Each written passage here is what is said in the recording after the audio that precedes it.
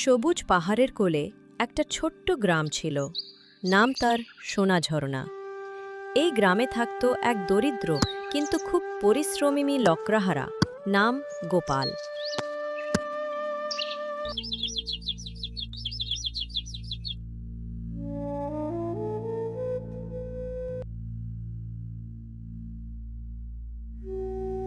মনু, উঠে পড়ো বাবা।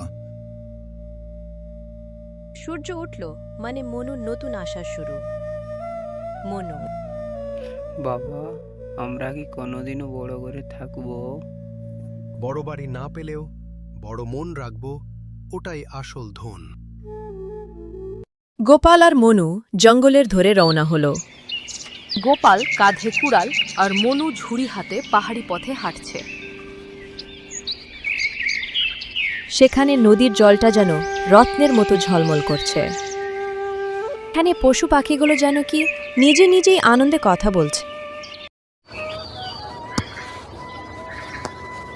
বাতাসের শো শো আওয়াজ আর ঝর্ণার শব্দ মিলে যেন একটা সুর বাজছে।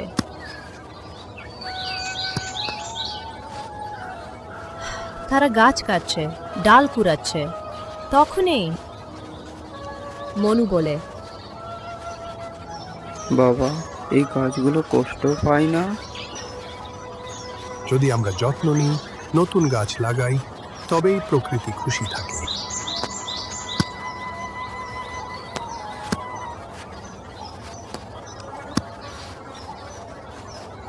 আজকের দিনটা গোপালের মোট ভালোই গেল।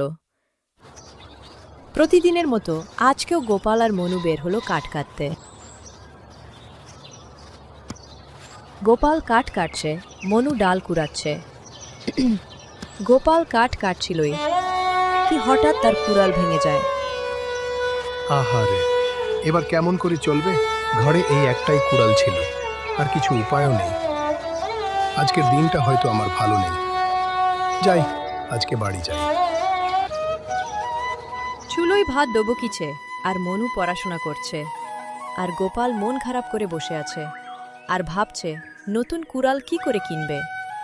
বাজারে কুড়ালের দাম ৮ থেকে ১০ টাকা। ঘরে ১০ টাকায় আছে। ১০ টাকায় বাজার নিয়ে গেলে কালকের দিনটা কিভাবে পেরোবে? তখন মনু বলে, বাবা, তুমি চিন্তা করো না, আমি কিছু না কিছু ব্যবস্থা করব।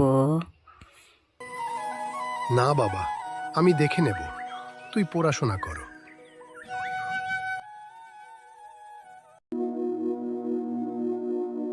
সন্ধ্যায় গোপাল কুড়াল কিনতে যায়। গোপাল এখন ভাবছে, না জানে কুড়ালের দাম এখন কিরকম চলবে। বাজারে কুড়ালের ভারী দাম।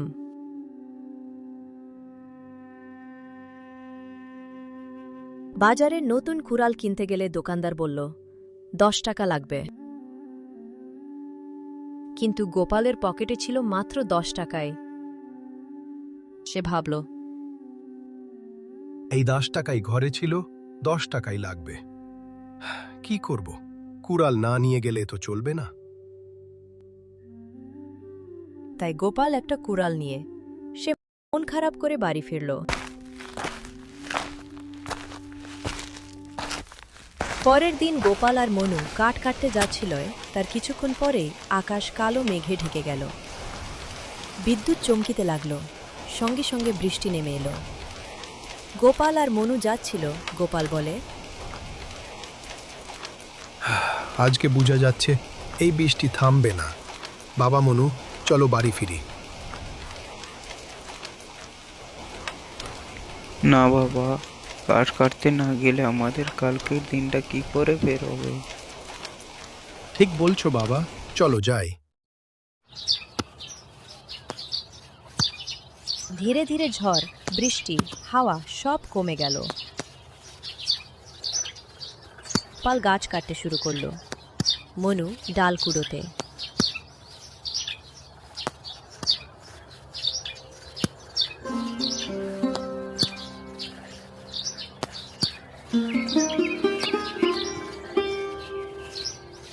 কিছুক্ষণ কাঠ কাটার পর তারা ভোজন করল।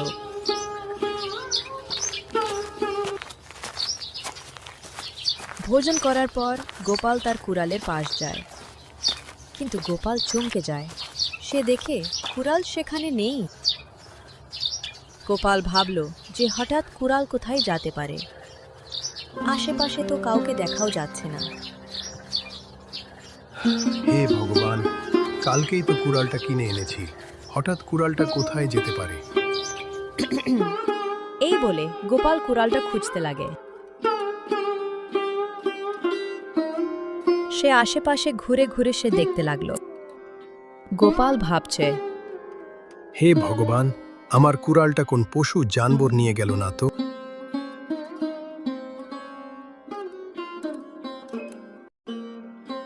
গোপাল খুঁজতে খুঁজতে নদীর ধারে এসে সে দেখে একটা চকচকে সোনার কুড়াল, তার পাশে গোপালের কুড়াল।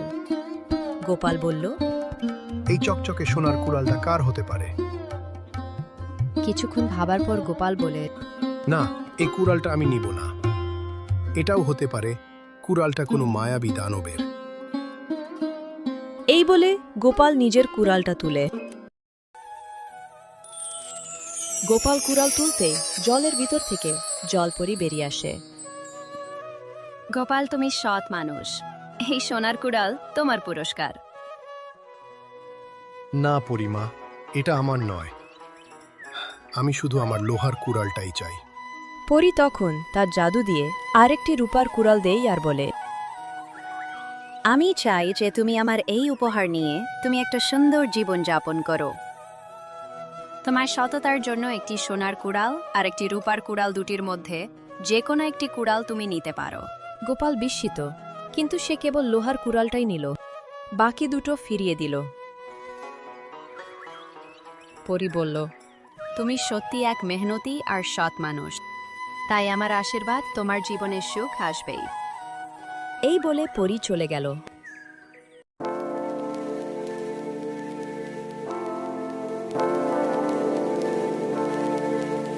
পরের দিন গোপাল যখন বাজারে কাঠ বিক্রি করতে যায়, বিক্রি করতে যাওয়ার কিছুক্ষণ পরেই তার কাছে পুরো ভিড় জমে যায়। তার সঙ্গে সঙ্গে গোপালের সব কাঠ বিক্রি হয়ে যায়।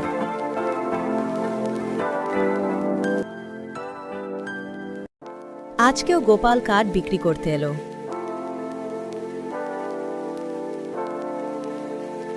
সেই দিন থেকে গোপালের ভাগ্য যেন বদলে গেল।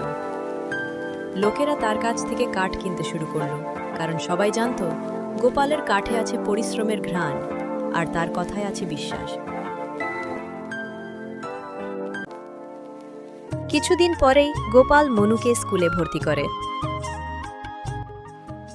গোপাল প্রতিদিন কাজের ফাঁকে বলতো, বাবা মনু, মনে রাখিস, মানুষের জ্ঞানই আসল ধন, কাঠ নয়। মনু মন দিয়ে পড়াশোনা করতে লাগলো।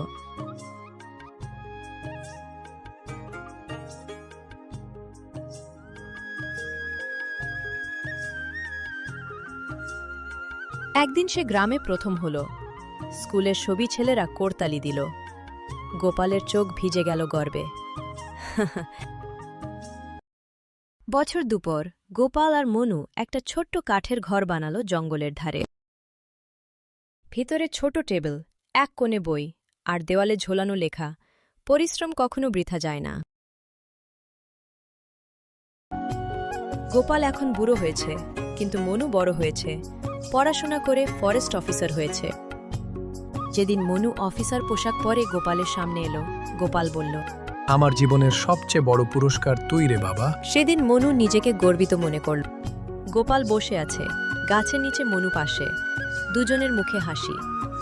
পাশে একটা কাঠের বোর্ডে লেখা, সততা, পরিশ্রম আর ভালোবাসাই জীবনের আসল শক্তি।